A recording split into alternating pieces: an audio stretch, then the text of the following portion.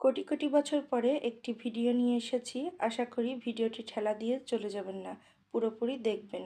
আসসালামু আলাইকুম, কেমন আছেন সবাই?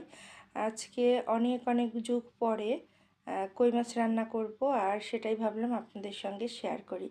প্রথমেই আমি কই মাছটাকে ভালো করে ধুয়ে হলুদ লবণ মেখে রেখে দিয়েছিলাম, তারপরে মিডিয়ামভাবে ভেজে নিলাম।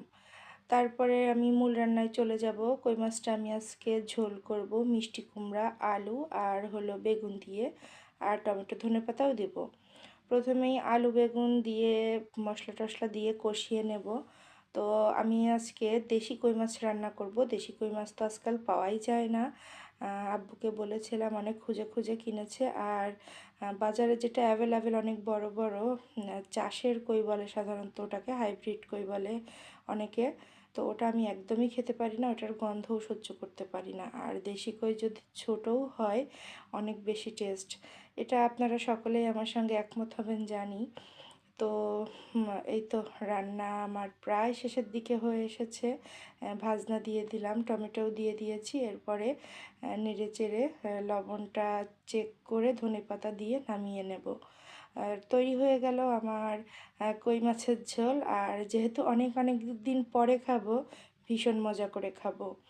এরপরে যেহেতু শীত চলছে, একটু শীতের সময় পিঠাপুলি না খেলে কেমন হয় বলেন? তো শীতের একটু পিঠা করেছিলাম। এটা হলো সেমাই পিঠা, আমাদের এলাকায় বলে।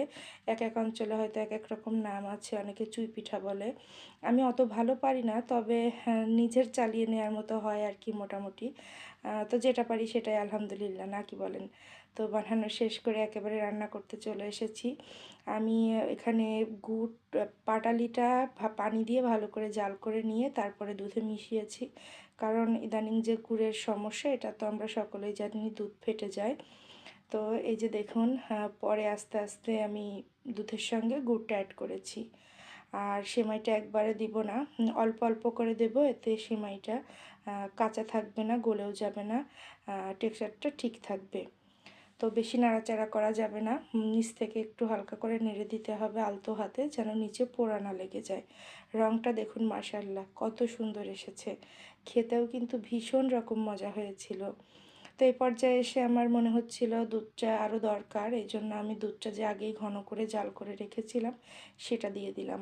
আমার রান্না শেষ হয়ে গিয়েছে, এখন নামিয়ে আমি সেমাইটাকে বাটিতে তুলে নেব আর গরম গরম খাবো।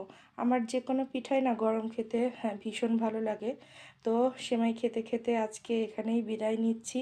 আপনারাও বেশি বেশি করে পিঠে পুলি খান, কারণ শীত কিন্তু বিদায়ের পথে।